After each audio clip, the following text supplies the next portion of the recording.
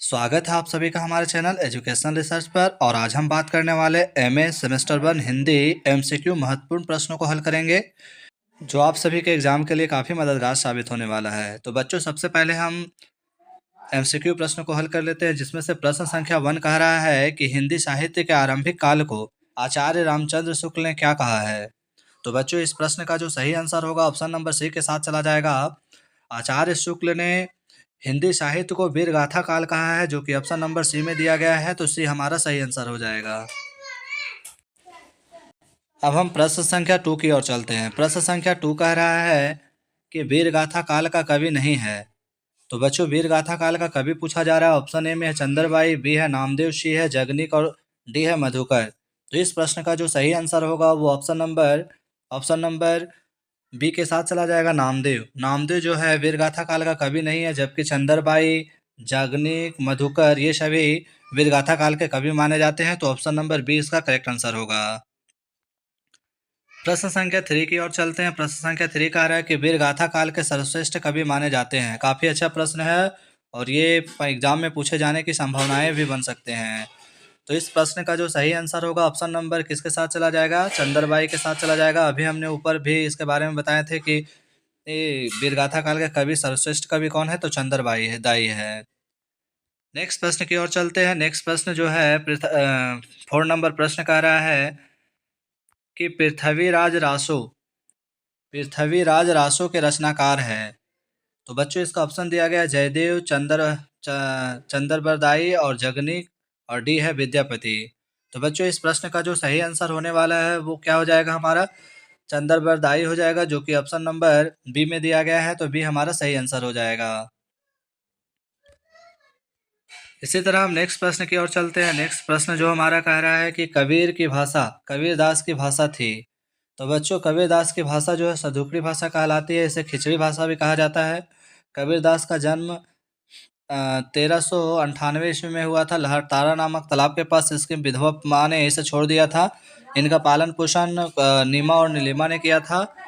और आप लोग को पता है कि इनका मृत्यु कब हुआ था, तो 1518 ईस्वी में हुआ था, यानी कि 120 साल तक ये जीवित रहे थे।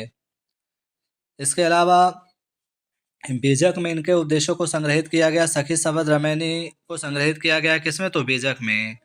अब हम नेक्स्ट प्रश्न की ओर चलते हैं। प्रश्न संख्या 6 की ओर चलते हैं।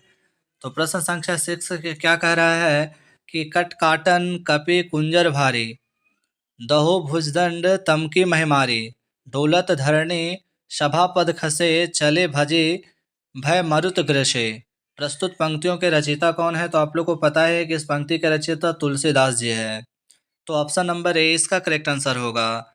इसी तरह हम प्रश्न संख्या 7 की ओर चलते हैं। नंबर प्रश्न क्या कह रहा है कि नयन जो देखा कमल सा, निर्मल नीर शरीर, हंसत जो देखा हंस भा, दहन नगहीर। प्रस्तुत पंक्तियों के रचयिता कौन है, तो इस प्रश्न का जो सही आंसर होगा ऑप्शन नंबर सी के साथ चला जाएगा, जयसी। यह पंक्ति किसके द्वारा लिखा गया है, तो जयसी के द्वारा कहा गया है। ऑप्शन नंबर सी इसका करेक्ट आंसर होगा। अब हम प्रश्न संख्या 8 की ओर चलते हैं। कह रहा है कि शिवा बावनी के रचनाकार है। सीरा बावनी के रचनाकार कौन है, तो बच्चों इस प्रश्न का सही आंसर भूषण हो जाएगा। ऑप्शन नंबर बी के साथ चला जाएगा।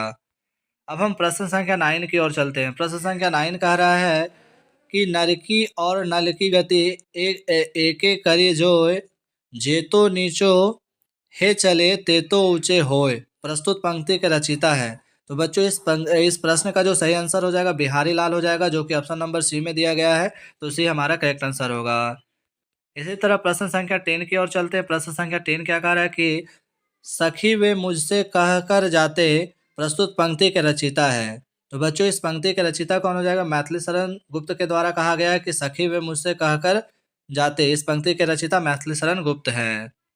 अब हम नेक्स्ट प्रश्न 11 नंबर प्रश्न की ओर चलते हैं, जो कि 11 नंबर प्रश्न कह रहा है कि हिंदी कविता को छंदों की परिधि से मुक्त करने वाले थे। काफ़ी अच्छा प्रश्न है ये। तो इस प्रश्न का आंसर क्या हो जाएगा, सूर्यकांत त्रिपाठी निराला हो जाएगा, जो कि ऑप्शन नंबर डी में दिया गया है। तो डी हमारा सही आंसर हो जाएगा। अब हम नेक्स्ट प्रश्न संख्या 12 की ओर चलते हैं। प्रश्न संख्या 12 कह रहा है कि तितली किसकी रचना है। तितली किसकी रचना है, तो यह रचना किसकी है बच्चों, तो यह रचना है जयशंकर प्रसाद की, जो कि ऑप्शन नंबर ए में दिया गया है। तो ये हमारा सही आंसर हो जाएगा। इसी तरह नेक्स्ट प्रश्न हम चलते हैं। प्रश्न संख्या 13 कह रहा है कि अतीत के चलचित्र की रचयिता है। तो अतीज के चलचित्र के रचयिता कौन हो जाएंगे यहाँ पे? तो हो जाएंगे सूर्यकांत त्रिपाठी निराला हो जाएंगे, जो कि ऑप्शन नंबर बी में दिया गया है, तो बी हमारा सही आंसर होगा। अब हम नेक्स्ट प्रश्न संख्या 14 की ओर चलते हैं। पल्लव के रचयिता है, तो पल्लव किसकी रचना है बच्चों? तो पल्लव जो है वो सुमित्रानंद पंत के द्वारा लिखा गया है, जो कि ऑप्शन नंबर ए में दिया गया है, तो ये हमारा सही आंसर होगा। प्रश्न संख्या 15 कह रहा है कि चिंतामणि के रचयिता है। चिंतामणि किनके द्वारा लिखा गया है? तो ये जो लिखा गया है किनके द्वारा लिखा गया है? रामचंद्र शुक्ल के द्वारा लिखा गया है, जो कि ऑप्शन नंबर सी में दिया गया है, तो सी हमारा सही आंसर होगा। चैनल पर नए हैं तो लाइक सब्सक्राइब शेयर कर दे ताकि सारे बच्चे इस वीडियो को देख सके। वहीं प्रश्न संख्या 16 कह रहा है कि जन्मेजय का नागयज्ञ किसकी कृति है? जन्मेजय जन्मेजय का नागयज्ञ किसकी कृति है? तो ये किसकी कृति किसके द्वारा लिखा गया? तो ये लिखा गया जयशंकर प्रसाद के द्वारा लिखा गया है, तो ऑप्शन नंबर बी इसका करेक्ट आंसर होगा। नेक्स्ट प्रश्न संख्या 17 की ओर चलते हैं। कह रहे हैं हम दीवानों की क्या हस्ती है, आज या कल वहां चले, मस्ती का आलम साथ चला, हम धूल उड़ाते जहां चले। प्रस्तुत पंक्तियों के रचयिता है, तो इस पंक्ति का रचयिता है कौन? भगवती चरण वर्मा है, जो कि ऑप्शन नंबर बी में दिया गया है, तो बी हमारा करेक्ट आंसर हो जाएगा। प्रश्न संख्या 18 की ओर चलते। कारण निम्नलिखित में से सबसे पहले अपनी आत्मकथा हिंदी में किसने लिखी थी? काफी अच्छा प्रश्न है और इस प्रश्न का आंसर भी काफी अच्छा होने वाला है। तो राजेंद्र प्रसाद के द्वारा लिखा गया है, जो कि ऑप्शन नंबर डी में दिया गया है, तो डी हमारा सबसे बेस्ट आंसर होगा। वहीं प्रश्न संख्या 19 की ओर चलते। 19 नंबर प्रश्न क्या कह रहा है कि अबला जीवन हाय तुम्हारी यही कहानी, आंचल में है दूध और आंखों में पानी। काफी अच्छा पंक्ति है और इस पंक्ति के उपयुक्त पंक्तियां किस काव्य की है? तो काव्य का नाम पूछा जा रहा है। तो बच्चों इस प्रश्न का जो सही आंसर होने वाला है यशोधरा, ऑप्शन नंबर सी के साथ चला जाएगा, तो सी हमारा बेस्ट आंसर हो जाएगा।